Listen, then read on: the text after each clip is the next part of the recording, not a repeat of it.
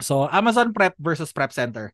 So kasi hindi naman dahil huwag kayong magalala, wala akong kikitain dito, hindi ako membro ng Prep Center. Okay, hindi ako naging member, wala akong kikitain, kaya mag-prep kayo sa iba, okay lang sa akin. Walang mangyayari sa akin. Pero sinasabi ko lang na mas maganda yung Prep Center kasi yung Amazon, pag nag-ship kayo doon ng item tapos may sira, pupunta na lang siya sa pupunta na lang siya sa unfulfillables nyo or sa stranded inventory. Tapos hindi mo malalaman kung di mo titignan.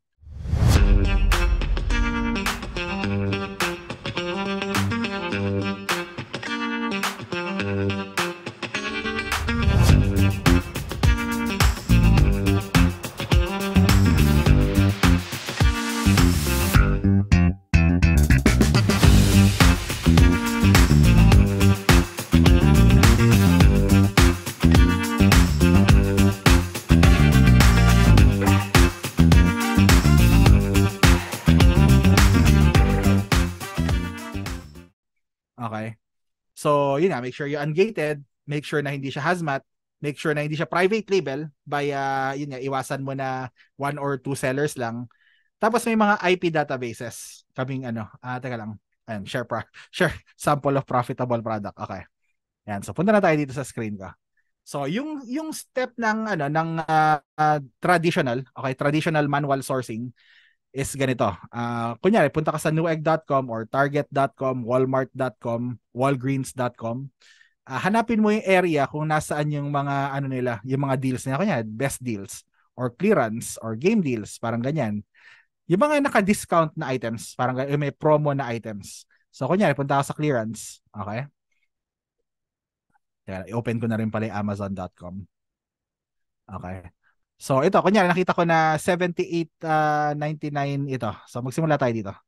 Okay, so 58% discount daw.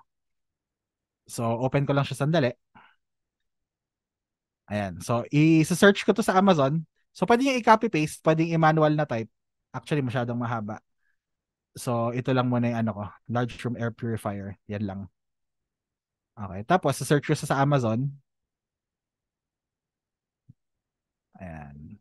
Pwede namang manual type, pero bakit? Parang gano'n. So, check natin.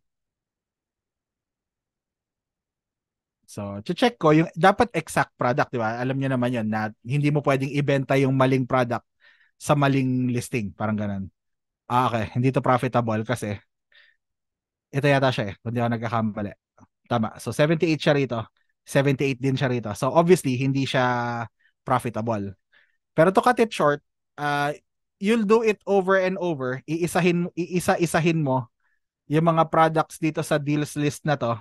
Tapos iisa-isahin mong i-search hanggang makita ka ng something na profitable. So let's show you an example of something na a product na lahat pasado. Okay? Hinanda ko na to beforehand. So kunyari yan, nagpunta ako sa Newegg tapos nakita ko tong bagay na to, 5260. Tapos ginugol ko siya, nakita ko, oy, ito siya.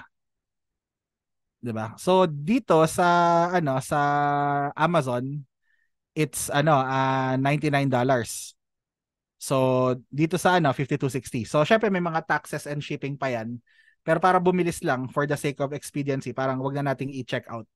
Okay, so gamitin lang natin 5260 tapos 1 plus 150 na prep and shipping fee. Parang ganoon. So 5260, nasa yung aking calculator? Ayan. 52.6 60 plus 1.5. Ano yung 1.5 ulit? Prep yung pagre-repack, yung prep center kasi naniningil around 125, parang ganun, to 150. Tapos lagyan nyo ng mga 25 cents for the shipping cost from the prep center to Amazon, parang ganun. So 150. Yun ang rule of thumb na lang namin. So 54.1. Hindi ko alam kung anong calculator yung ginagamit nyo para mag-compute ng profit o baka ginagamit nyo yung traditional na Amazon built-in na calculator, revenue calculator.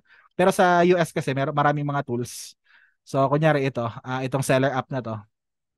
So pagka binili ko siya ng 54.1 pala. Ayan. Ba't ayaw? Teka lang po. 54.1. Come on, dude. Ayaw niya. Ayan yan. 54.10. Yan. So nakita niyo, ROI is 58.07%. Net profit is $31 per unit sold. Okay, so yan yung 30% ROI above $20. Ano? Tapos ano yung next natin? Kailangan consistent yung sales. So, nakita niya, meron ng mga Jungle Scout extension. Hayaan niyo na muna po yung mga yan. So, ano yung BSR nito? Yung sales rank nito? Lumagpas na yata ako. Ang tagal. Ayan. So, BSR is 74,353. So, below 200,000. Di ba? So, consistent sales yan. Tapos, ano yung next natin? Safe to sell. So, ayoko magpakita ng account. Hindi po ako allowed na magpakita ng account ng mga kliyente ko. Basta pag chinek ko to, dapat ungated siya. Pero yung green light saka dito namin chine-check yung yung pati siguro yung hazmat pwede. Hindi ko na mapapakita yung laman. Okay. So, Honeywell. Check natin kung safe ito sa mga IP database. Okay. So, malinis. Wala. Ito po yung link para lang sa mga interesado. So, ano po ulit tong ginawa ko ngayon? IP check. Okay. IP issue check. Okay. Pagka nandito sa listahan na to, at saka pagka sinearch mo siya rito tapos lumitaw siya, kunyari, ipakita natin yung Royal Canin kasi ako yung nag-submit nun. Ayan, so sabi niya, sends letters directly to third-party sellers, it cannot identify as being authorized sellers. Parang no reports of suspension yet. So, medyo tagilid.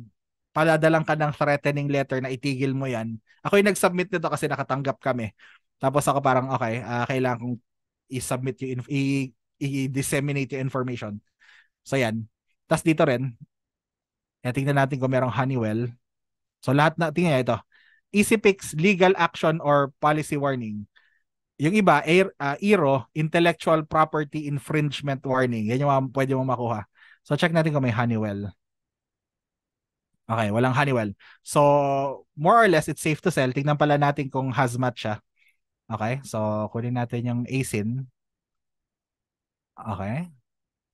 Tapos, dangerous goods identification guide. Mamaya ko na ibigay sa inyo yung link.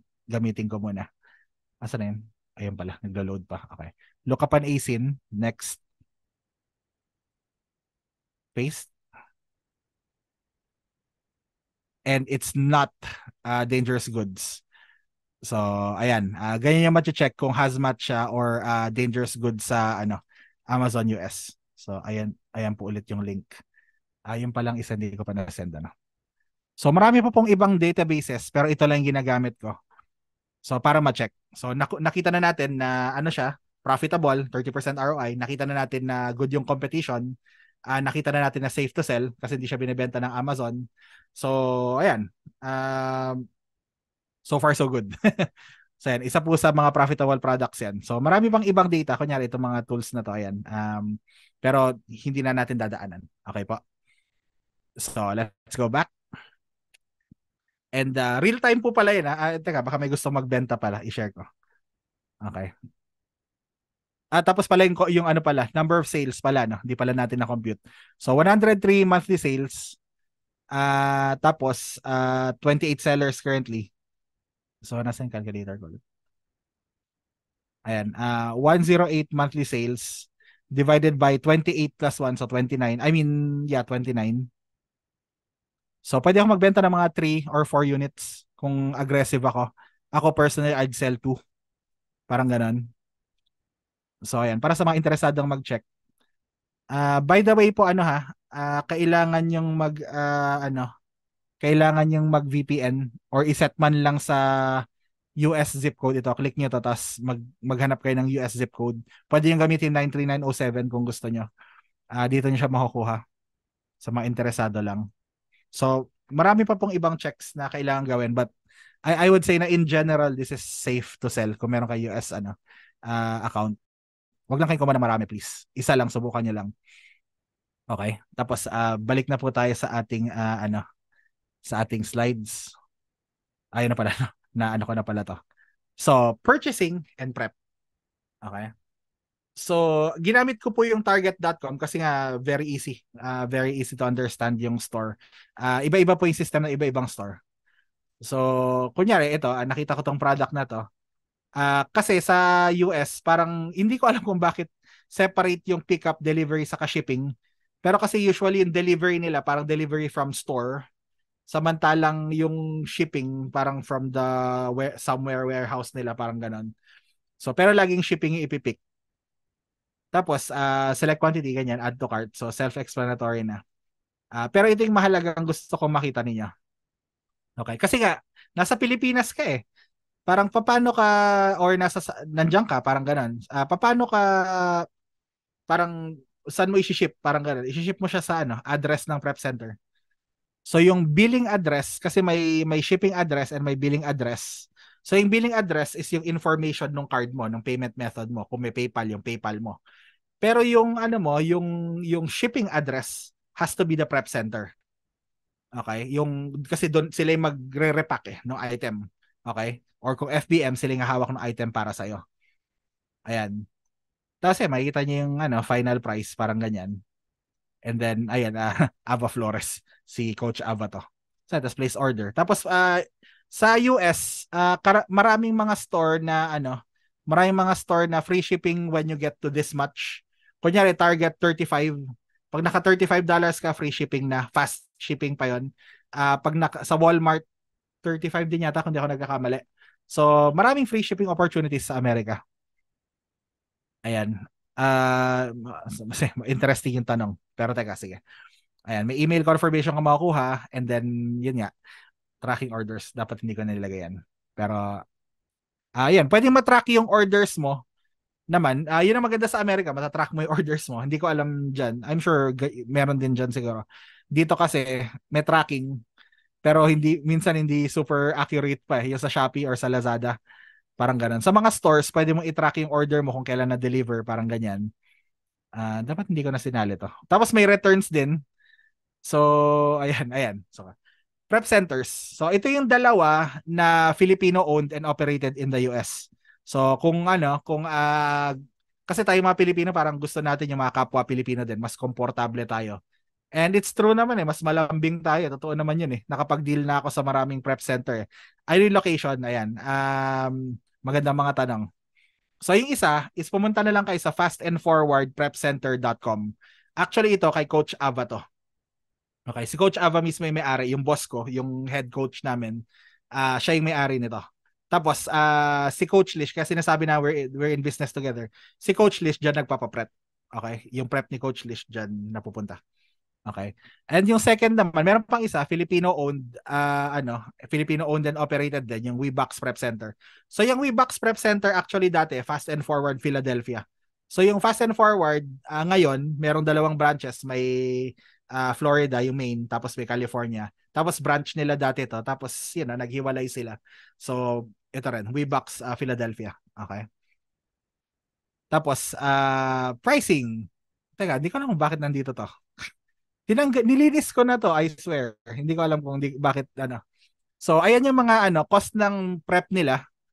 So yung basic prep ng Fast and Forward sa WeBox usually pareho lang. So 90 cents per unit. Tapos kung bundle siya, kunyari pinagsama ko to for some reason, parang feeling mo yung mga manginginom mahilig ding mag-video. So binundle ko sila for some reason, 220 yung prep nun. Okay? Tapos kasama na dyan, receiving, inspection, sticker removal, FNSQ labeling, polybag, suffocation, parang ganyan. Tapos sa wholesale yun kasi maramihang units. Sa online arbitrage naman, parang 150 per unit. Kaya 150 ginagamit ko. Meron silang discount para sa mga Pinoys. Sila na lang yung tanongin nyo, I'm a Filipino, parang ganyan. Nag-webinar ako sa inyo. Banggitin nyo na lang ako, tignan nyo kung meron sila bibigyan ni discount. Baka. Tapos kung FBM ka, ang storage nila is 70 cents per cubic foot. So unlimited naman na yun hawakan nila. Tapos pag may umorder, ikaw na yung bibili ng shipping, parang ganon. Tapos bibigay mo sa kanila, sila yung ship. May additional order. May additional fee. Nakalimutan ko kung ano. So Amazon Prep versus Prep Center. So kasi hindi naman dahil huwag kayong magalala, wala akong kikitain dito, hindi ako membro ng Prep Center. Okay, hindi ako naging member, wala akong kikitain, kaya mag-prep kayo sa iba, okay lang sa akin. Walang mangyayari sa akin. Pero sinasabi ko lang na mas maganda yung Prep Center kasi yung Amazon, pag nag-ship kayo doon ng item tapos may sira, pupunta na lang siya sa ano niya, pupunta na lang siya sa unfulfillables niyo or sa sa stranded inventory. Tapos hindi mo malalaman kung di mo titignan. Tapos anong gagawin mo para ma-return siya kasi may return sa Amerika. So i-remove mo siya. Tapos hindi mo siya pwedeng ipa-ship direct sa store na pagbabalikan mo. So sinong gagawa nun? Samantala sa prep center, kung may damage, i-alert ka nila, pipicturean nila kung kailan. Kasi minsan hihingan ka ng picture ng website na parang, okay, patingin nga nung nire-return mo, baka nagsisinungaling ka. Pipicturean ng prep center, tapos sila na yung aasikasong magbalik dun sa store. At ano, hindi ka lugi-lugi na cost. Hindi ka lugi-lugi, hindi ka malulugi. Sa Amazon kasi parang may nakita akong meme na parang sa mga Amazon sellers, yung parang may nalulunod tas kamay na lang yung nakikita. Tapos Amazon seller reaching out to customer support. Tapos ito yung Amazon. Nagets niyo ba yung meme? Parang hindi niya kinila, kundi akala niya na parang yun ang ginagawa ng Amazon eh. Imbes na tulungan ka. Parang, okay, unfortunately, blah, blah, blah. Parang, come on. Parang ganun ang Amazon, nakakainis. Kuminsan. Wala silang gagawin para sa'yo kadalasan. So, yun. Yun ang Amazon. So, tapos sa Amazon pa, costs are unpredictable. Dito, alam mo na kaagad na 150 or 220. Kung sa Amazon, parang eto yung bill mo. Minsan mas mura, minsan mas mahal. Maganda yan para sa mga, kunyari, wholesale, tapos pinackage na nila para sa'yo or yung mga galing China, private label, pinackage na nila para sa'yo. They do that. Direct mo na sa Amazon. Sayang lang yung pupunta ka pa sa prep center. Yan. Tapos yan po. Yan po yung ating presentation. I wish it was more detailed pero kagaya nga po ng sabi ko, our program takes 8 weeks and I'm condensing it to parang 1 hour. So, yun lang po yung mga turo ko ngayon and it's Q&A time. Maraming salamat po. Ayun. Thank you so much, Coach Jonel. Ayan. Napaka, alam mo yun, sobrang busog na busog sa information when it comes to Sana Amazon.